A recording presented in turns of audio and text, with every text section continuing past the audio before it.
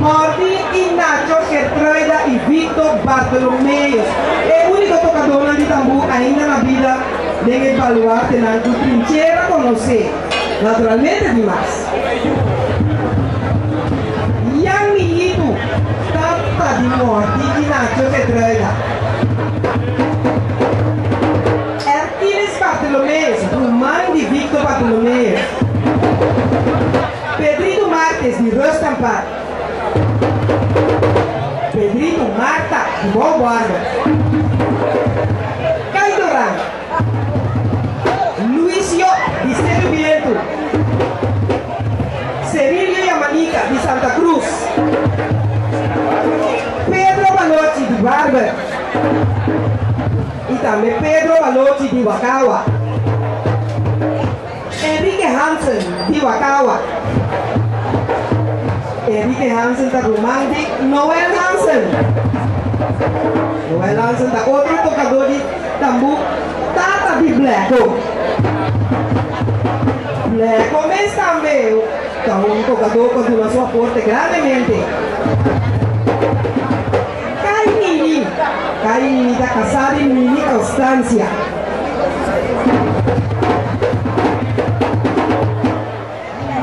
Essa aqui da preciosa cantadora de tambor, entre outros, Nini Constância e sua irmã. Irmã da Bela, Hilda, Helena e Amadora Silie, todos cantadores de tambor. Estava na pista antes que tinha tambor de Nini Constância. Também Maria e Margarida Dam.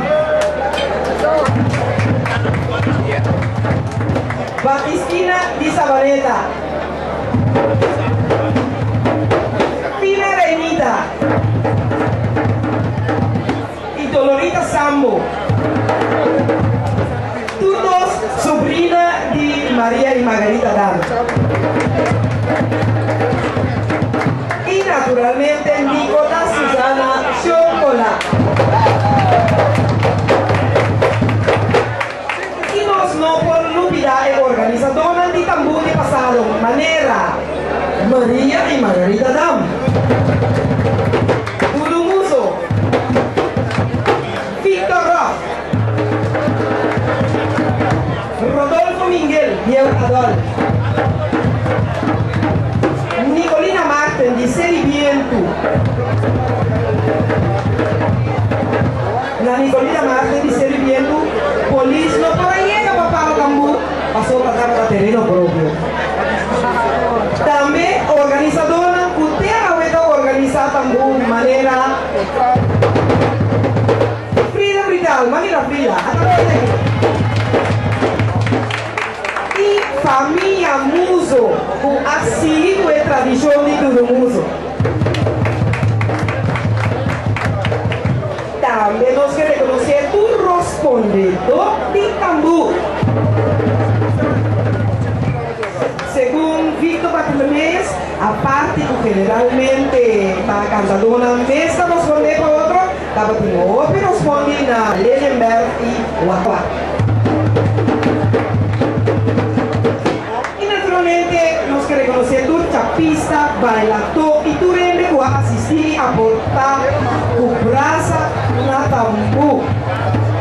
Nada merecemos reconocimiento. Entre otros, mi nombre es Aue, pero me dice seguro que tem Bubu Alberto, un gran bailador de tambor. A verdade, nós vamos mencionar algum baluarte e meio do siglo XX. Elisa aqui nós recebemos aqui no tableto, essa aqui na questão que nós conhecemos. Aqui na Victor Bartolomeu, para a informação valiosa, porque está sigue a aportar com ele que hora nós fazemos a aportação daqui.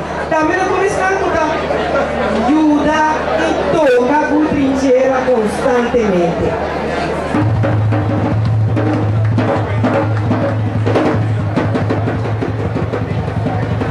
E também, como último, tem que naturalmente presente toda a fiesta de tambor aqui, para Maleta grande. Amorcita, arriba.